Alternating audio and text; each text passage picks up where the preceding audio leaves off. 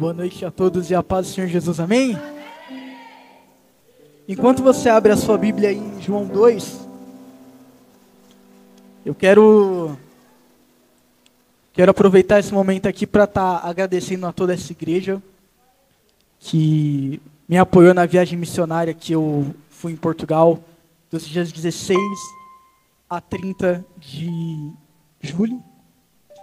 Então, muito obrigado por você que contribuiu financeiramente, por você que estava orando e por você que compartilhou com alguém sobre isso, porque é muito importante a gente, mais do que falar a obra está precisando, é importante a gente falar aquilo que Deus quer fazer nas nações, aquilo que Deus quer fazer aqui na terra. Então, para você que contribuiu com uma dessas formas, isso é para quem ou compartilhou, ou orou, ou ofertou. Quem não fez nada disso, se quiser tampar a orelha, tudo brincadeira. Nós tivemos 33 salvações em Portugal. 263 pessoas alcançadas. A gente teve uma cura porque a gente não viu outra pessoa andando de muleta, era só aquela.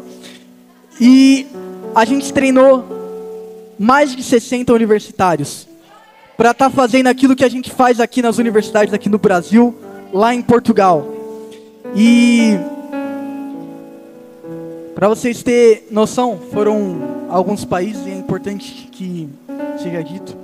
Na Inglaterra, teve em Portugal, teve no Chile, teve no Equador, teve nos Estados Unidos, teve na Itália e teve no Paraguai.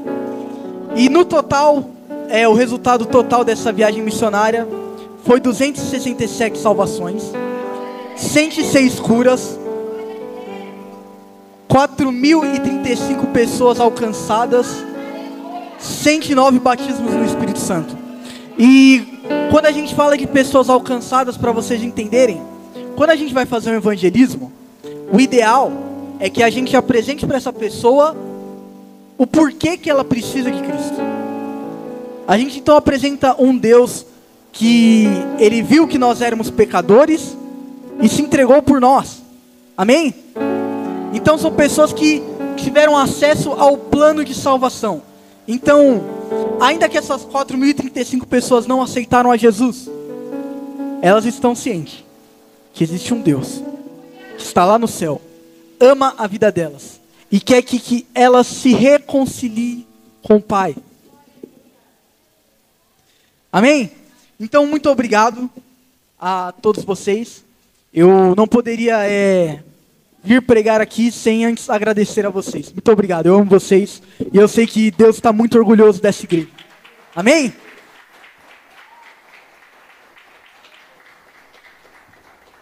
Bom, sem perca de tempo,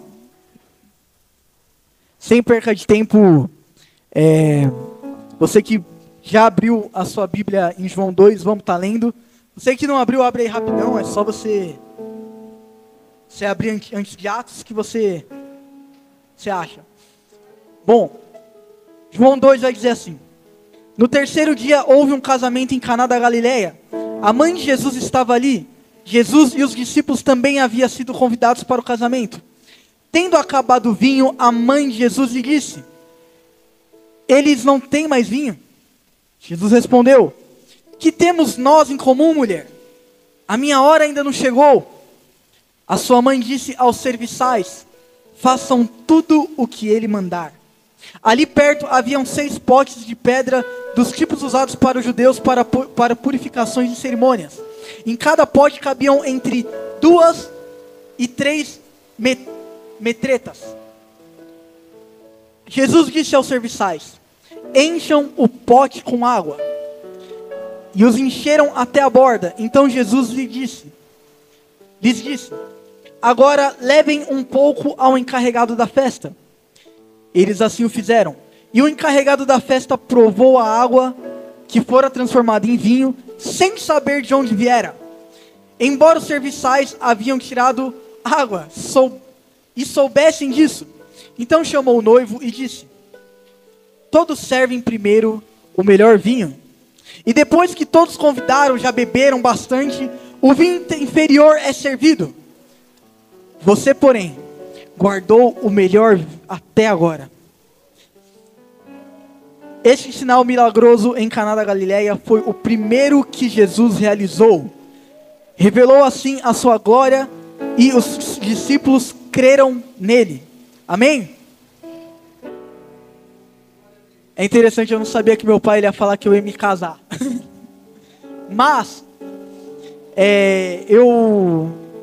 logo quando eu soube que a oportunidade seria me dada para estar trazendo a mensagem, eu orei ao Senhor e eu perguntei o que o Senhor quer falar com a sua igreja.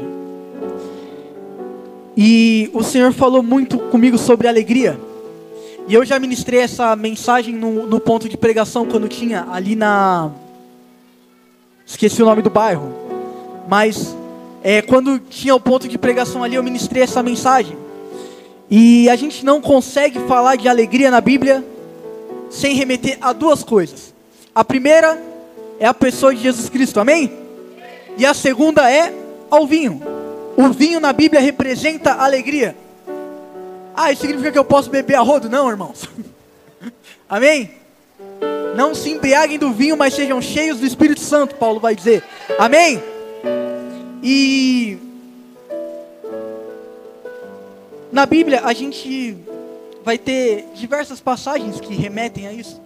O Salmo 104, versículo 15, por exemplo, vai dizer: o vinho que alegra o coração do homem, o azeite que faz brilhar o rosto, e o pão sustenta o seu vigor. Então a gente percebe que o homem, ele precisa de três coisas. Ele precisa de alegria, ele precisa de azeite para que o rosto dele resplandeça,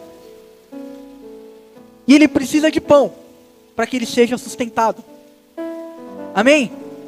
Então a gente, sabendo disso, entendendo melhor o porquê da representação do vinho, para que a gente não saia aqui da igreja e muitos vão para a adega, está repreendido em nome de Jesus. A gente entendendo melhor, agora a gente pode falar um pouco sobre o texto, amém? Então, esse texto, ele acontece dentro de um cenário de casamento. E todo mundo que vai casar costuma se programar, costuma a calcular aquilo que vai fazer.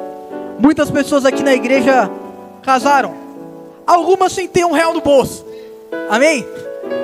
Outras até tinham um pouco de condição, mas preferiram fazer algo simples, porque isso é algo que é do casal.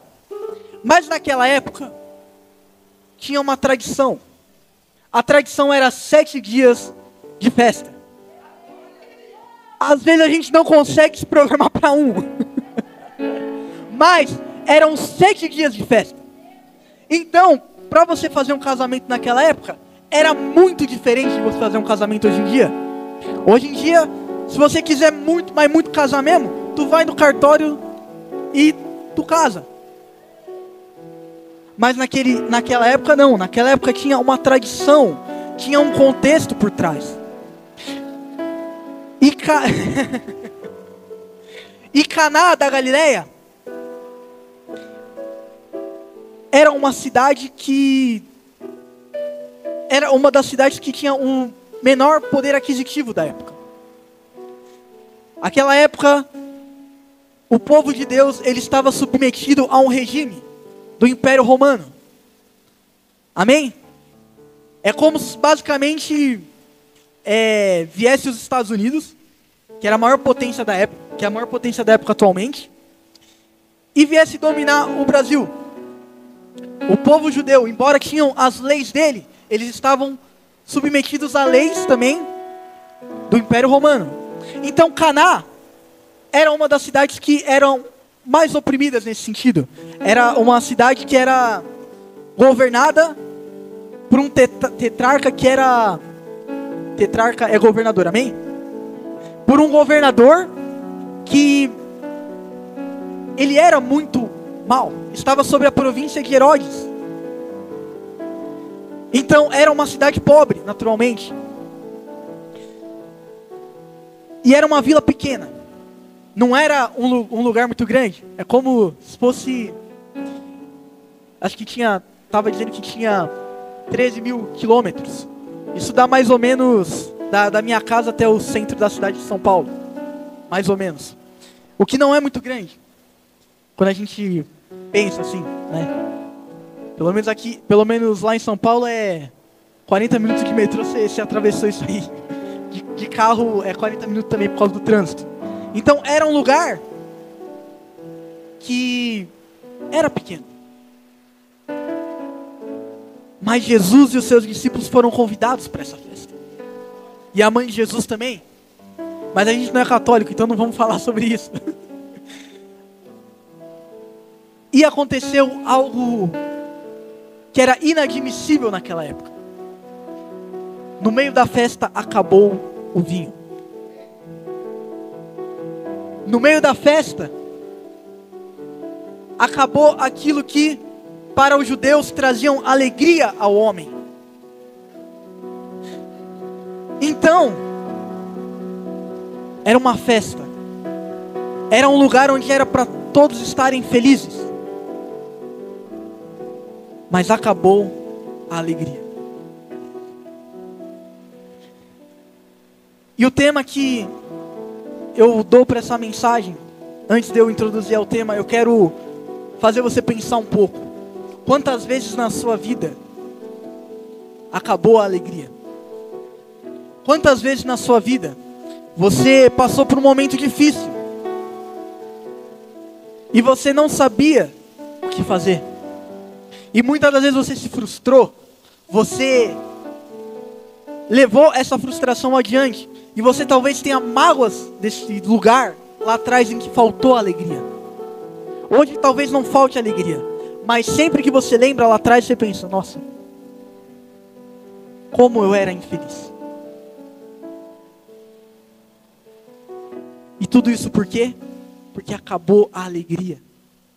Acabou o vinho. E a pergunta que fica pra gente, que é o tema da mensagem de hoje: e quando o vinho acabou?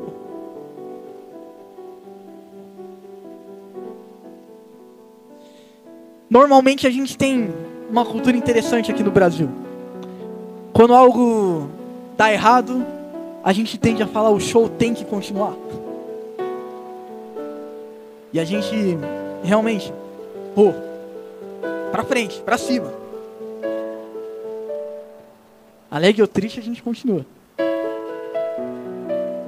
O que é muito bom, não é errado a gente empurrar as nossas frustrações pra frente.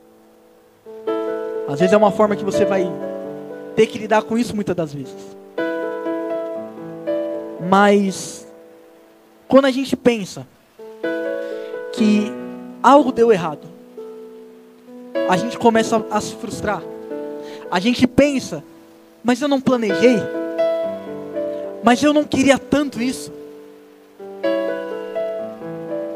Mas eu não sabia que provavelmente como eu não pensei nisso? A gente se frustra.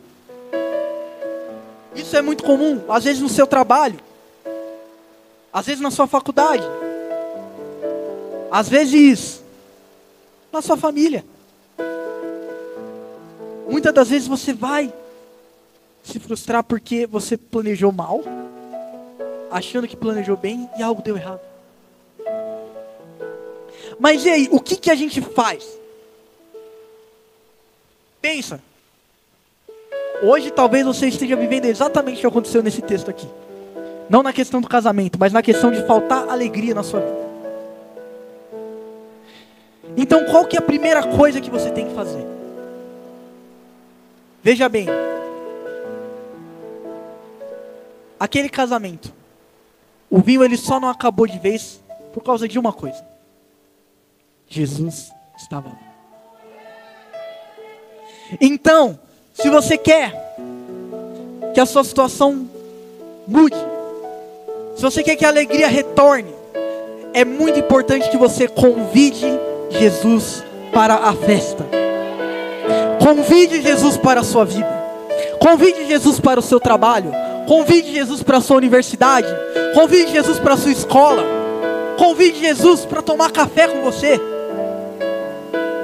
E não estou falando para você comprar o café com Deus Pai. Abre a Bíblia lá, lê. Pega o seu cafezinho e fala com Jesus. É importante você convidar Jesus para os mínimos momentos da sua vida. Porque quando forem os momentos grandes, Ele já vai estar lá. Então tenha uma cultura de trazer Jesus para perto de você. E a gente vê diversas passagens na Bíblia que onde Jesus estava, o ambiente, ele não era mais o mesmo. A gente costuma falar que, ou melhor, a sociedade costuma falar que é o ambiente que muda as pessoas, certo? Mas não, Jesus ele mudava o ambiente. Então você que tem Jesus, você não tem que deixar o ambiente te dominar. Você muda o ambiente, porque o Espírito de Deus está sobre você, como foi pregado aqui na sexta-feira. O Espírito de Deus ele está sobre você. Amém? O ambiente ele não é mais o mesmo quando Jesus está. Onde havia doença, agora tem saúde. Onde não tinha vinho, agora tem. Onde alguém estava morto, agora lá tem vida. Jesus ele muda o ambiente. Portanto, convide Jesus para onde quer que você for. Pois onde Jesus está, o ambiente melhora. Sabe quando você chega num lugar e que às vezes estava, sei lá, estava aquele clima de velório. E do nada as pessoas começam a interagir, começam a falar, sabe o que é isso? O Espírito Santo que está em você. É Jesus entrando no lugar. É você carregando a presença de Deus. É isso que acontece quando você convida Jesus. E a segunda coisa que eles fazem, não basta você convidar Jesus para a festa apenas. Isso até quem é ímpio convida. Quando a gente olha em algumas festas que acontecem lá fora, às vezes a gente vê a festa junina de uma religião que não é a nossa, por exemplo. A gente vê essas pessoas muitas das vezes vão orar o Pai Nosso. Então, elas de certa forma vão chamar Jesus para a festa, vão fazer uma oração, vão clamar no nome de Deus. Mas isso não significa que o ambiente vai mudar. É claro que pode acontecer, porque o nome de Jesus é poderoso, amém? Mas isso não é o suficiente para que a alegria adentre aquele lugar. Então, Maria, ela dá uma recomendação para aqueles serviçais. E eu creio que todos nós somos serviçais, amém? Do reino. E Maria, a mãe de Jesus, ela percebe que o vinho acabou.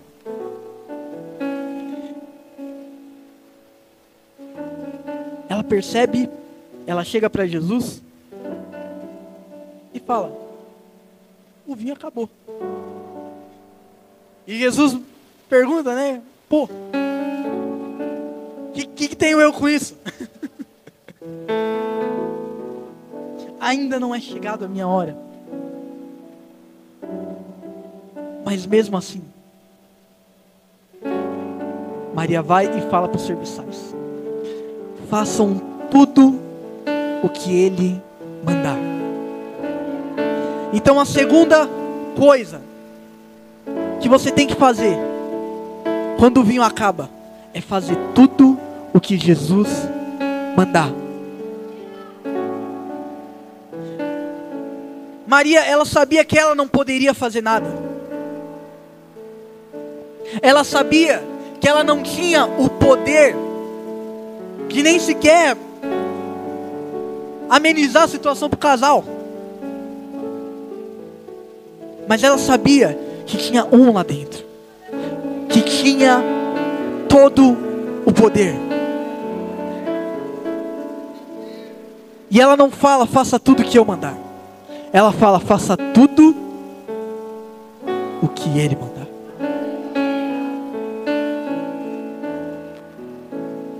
Às vezes a alegria ainda não retornou, porque você já tentou de tudo que os outros falaram.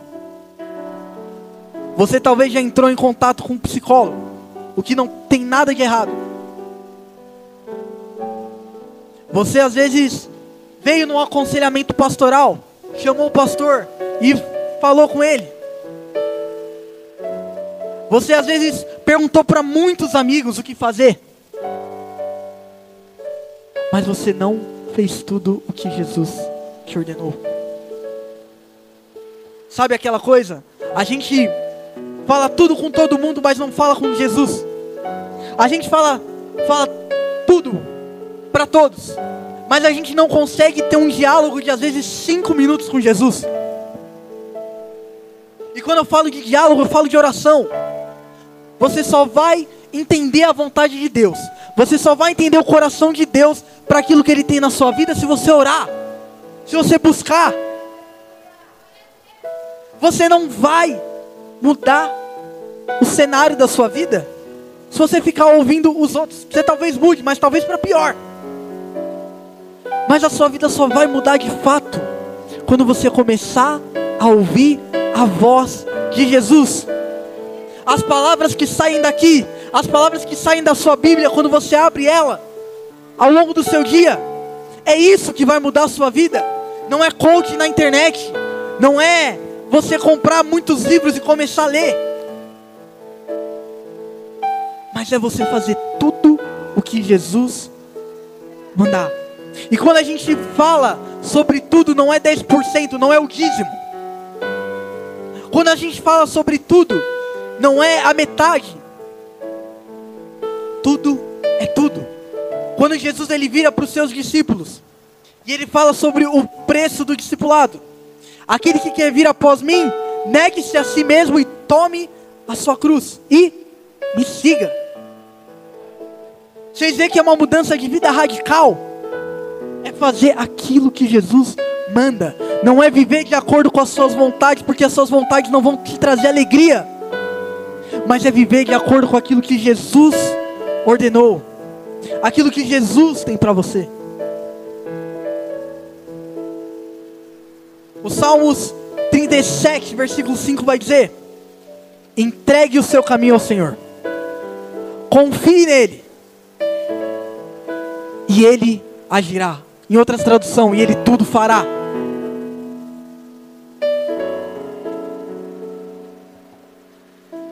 E a terceira coisa que a gente tem que lembrar é que não há uma alegria verdadeira sem pureza. Jesus ele poderia ter pedido aos serviçais que usassem qualquer outro recipiente. Talvez tinha vasilhas naquela casa. Ele poderia ter feito que nem Eliseu fez. Pega as vasilhas, eu vou colocar água nas vasilhas e fazer com que elas virem vinho. Mas não, ele poderia ter pedido copos. Já vai servir em copos mesmo? Então, tragam vários copos aqui, a gente vai encher de água, vai virar vinho. Não, ele pede as talhas de purificação. Jesus nisso, ele está mostrando que não adianta você buscar uma alegria sem pureza. Porque a alegria, ela só se torna completa com santidade e pureza. Eu não estou dizendo que você não deve buscar a alegria, mas sim para você priorizar a pureza. Priorize aquilo que é puro, aquilo que é santo. Porque muitas pessoas se alegram momentaneamente com a dor de outras. Isso é uma alegria pura? Não.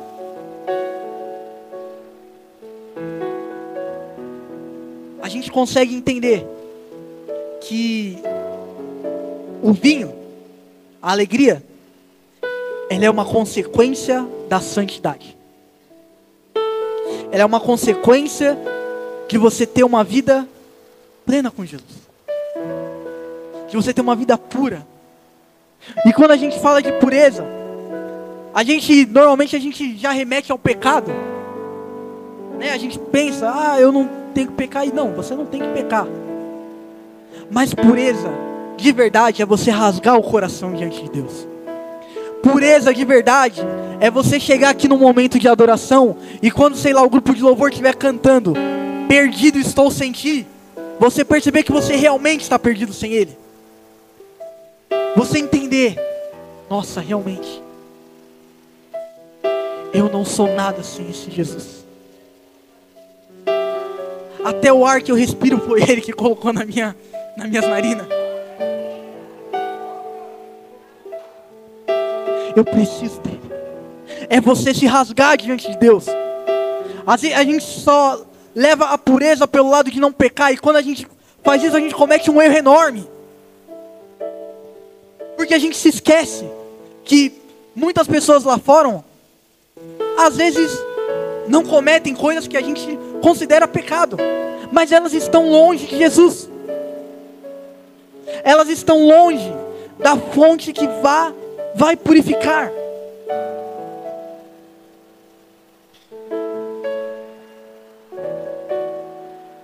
Então, a santidade,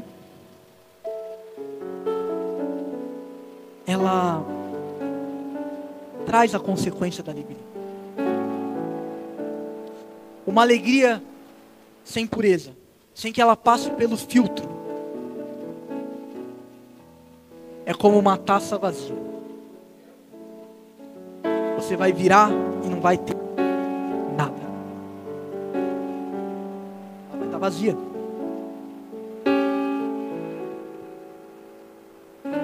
Então busquem a pureza.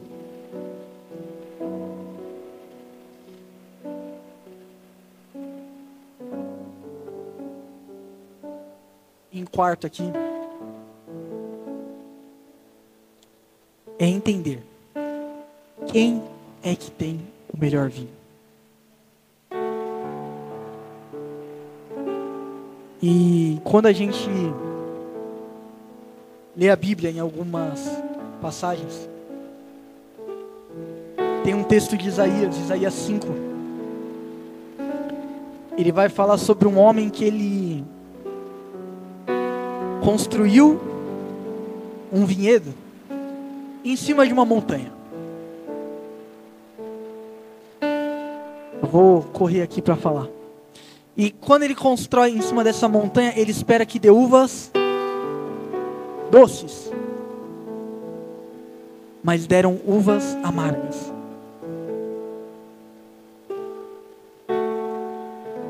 E quando a gente lê essa passagem, a gente entende. O melhor vinho, ele não depende apenas do lugar que ele foi criado. O melhor vinho, ele não depende apenas de como talvez ele foi manipulado. Porque nessa passagem a gente vê que estava no lugar propício. Hoje, se você for no mercado e procurar um vinho escrito feito em alta altitude, que é numa colina, você vai ver que ele é mais caro naturalmente. Isso eu pesquisei, tá? Eu não bebo não, tá, gente? Mas você vai perceber isso. Mas aqui na Bíblia, a gente entende que é diferente. O homem aqui em Isaías 5, ele tinha tudo para ter um vinho bom, mas teve algo amargo. E aqui, quando a gente vai em João capítulo 2, a gente vê que o homem que ia se casar e a mulher que ia se casar tinham tudo para não ter nem vinho no casamento deles. tinha tudo para acabar. Num até deu fruto, mas foi um fruto ruim, mesmo tendo tudo para dar certo. O que eu quero que você entenda? Às vezes a gente olha lá fora e a gente vê pessoas que talvez tenham mais dinheiro que você, talvez tenham uma faculdade que você não tenha, talvez tenha uma família bem estruturada que talvez você não teve. Mas sabe o que vai diferenciar você e ele? É a alegria. Essa pessoa, ela pode ter tentado comprar a alegria dela de diversas formas. Ela pode ter construído a vida dela em cima de uma montanha, como diz em Isaías 5.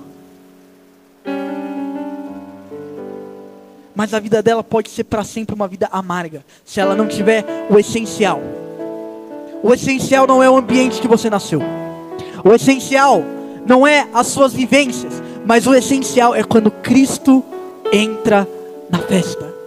Porque só Ele é que tem o bom vinho. É só Ele que tem a verdadeira alegria. Você consegue entender que um homem, ele tinha tudo para dar certo e deu errado. Mas o outro, ele tinha tudo para dar errado, mas porque Jesus estava lá, deu certo? Só Jesus, Ele pode te oferecer a verdadeira alegria.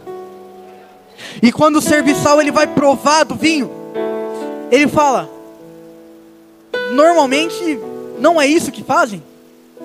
O melhor ele é oferecido no começo. Tanto que isso gerou uma cultura até hoje. Hoje a gente fala, o melhor fica pro final da festa. Jesus revolucionou as nossas festas. E ele fala: mas você guardou até agora o bom vinho. O bom vinho, a verdadeira alegria, ela está guardada em Jesus. É Ele que tem a verdadeira alegria. E pode ser que você não encontre alegria alguma nessa terra, mas em Jesus nós temos alegria. E a plena alegria, a verdadeira festa, a gente só vai ter no grande dia, no grande banquete. Lá nós o veremos face a face, e nós teremos o vinho completo. Nós teremos a verdadeira alegria. Nós teremos paz plena com Deus. Você não vai mais precisar pedir perdão pelos seus pecados, porque no céu não entra pecado. Você vai ter um corpo glorificado. As ruas serão de ouros. Então você não vai precisar reclamar da sua pobreza. É duro ouvir isso, né?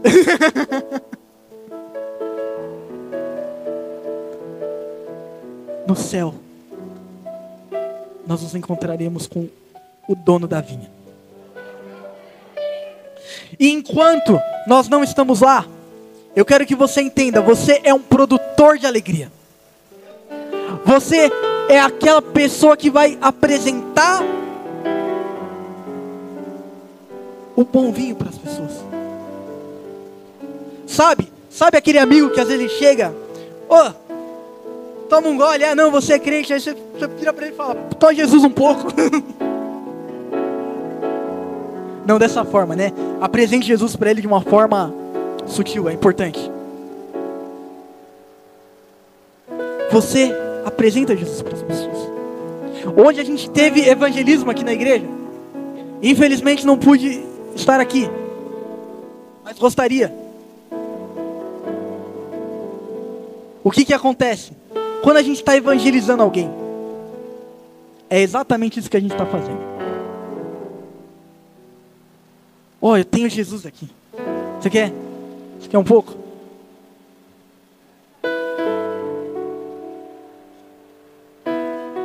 E aí a gente experimenta um pouco. só um golinho. Tem uns que chegam assim, né, e falam, só um golinho. Mas você é crente, Deus perdoa. E aí, quando você faz exatamente isso, mas apresentando Jesus, ao invés de ter uma alegria momentânea, você vai fazer com que a pessoa tenha uma alegria eterna.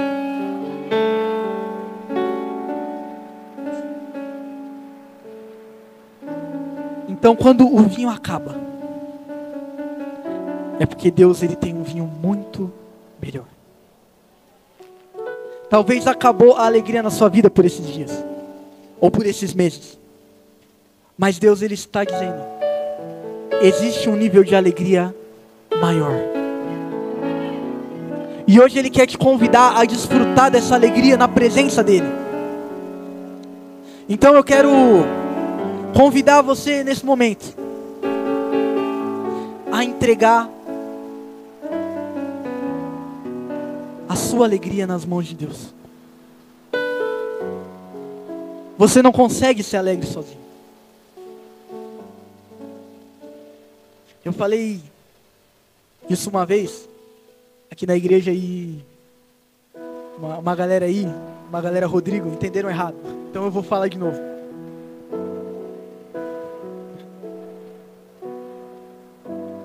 Você não nasceu para ser feliz. Porque toda vez que você tentou ser feliz sozinho, você não conseguiu. Mas você nasceu para encontrar o dono da felicidade. O dono da verdadeira alegria. Você nasceu para adorá-lo. E então sim, ser feliz.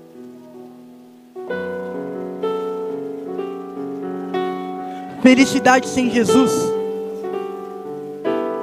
não existe. Não existe. A gente pode tentar buscar, mas a gente não vai encontrar. Tudo o que você precisa está em Jesus. Então, eu quero convidar você agora a se colocar de pé. Eu não vou querer constranger ninguém, chamar aqui pra frente, se você está infeliz. Eu quero que você aí mesmo, no seu lugar, todo mundo de olho fechado, posição de receber. Vamos orar, clamando pela alegria de Deus.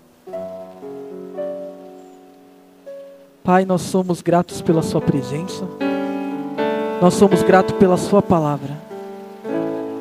Nós somos gratos porque só o Senhor tem o verdadeiro vinho. Só o Senhor tem a verdadeira alegria. Então nesse momento, Deus, nós clamamos. Nos traz a sua alegria, Deus. Nos traz a sua alegria que nos completa. A sua alegria que preenche o nosso ser. A sua alegria que na sua palavra vai dizer que é a nossa força. Às vezes nós estamos se sentindo fracos. E nós só precisamos da sua alegria, que é a nossa força, Jesus. Então derrama sobre nós a sua alegria. Eu declaro sobre essa igreja, Deus, mais alegria. Alegria na sua presença, Deus. Que o seu Espírito Santo, Senhor, venha a contagiar, a trazer uma porção de alegria diferente nessa noite. E muitos corações talvez não sorriam há muito tempo, venham começar a se alegrar. Venham começar a se alegrar. Não porque talvez a vida deles simplesmente mudou, mas porque o Senhor mudou a vida dessas pessoas. Então, venha com mais alegria sobre nós. Mais alegria, Espírito Santo.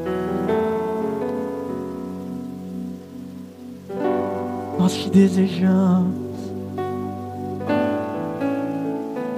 Em nome de Jesus. Mais Espírito Santo. Nós queremos mais, Senhor.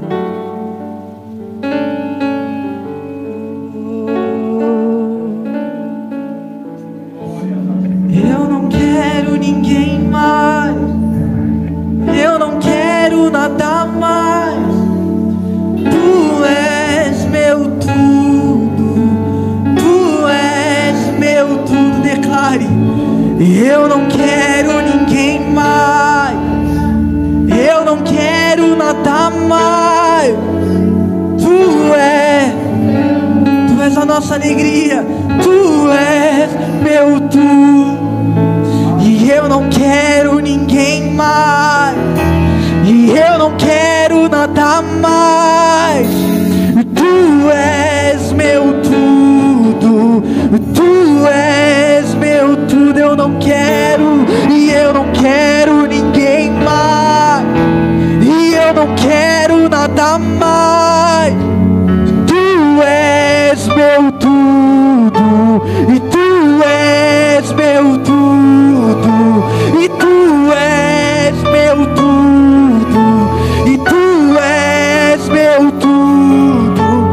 Tu és meu tudo. Eu quero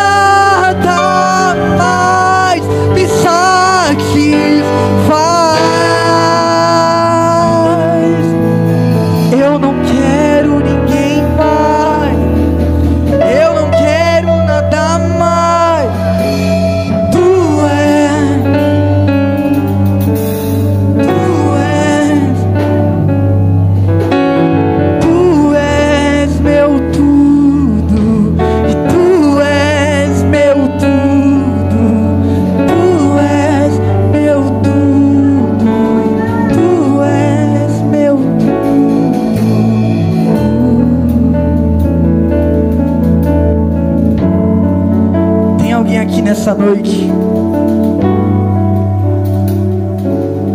que entende que você não precisa de nada mais, você não quer nada mais além de Jesus, e nesse momento você quer entregar a sua vida para Ele. Como assim entregar a minha vida para Ele? Na palavra de Deus vai dizer: aquele que me confessar diante dos homens, eu o confessarei diante do meu Pai que está no céu. Então você que nunca confessou a Cristo, eu quero saber se tem alguém aqui. Se tiver, levante a sua mão, vem aqui na frente, não perca tempo. Venha receber o melhor de Deus para a sua vida. Venha receber o dono da alegria na sua vida. Convide Jesus para a festa. Tem alguém? Ou alguém que já convidou,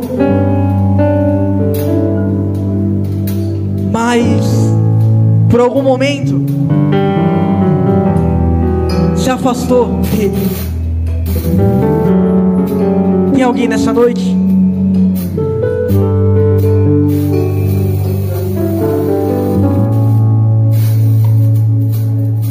Amém.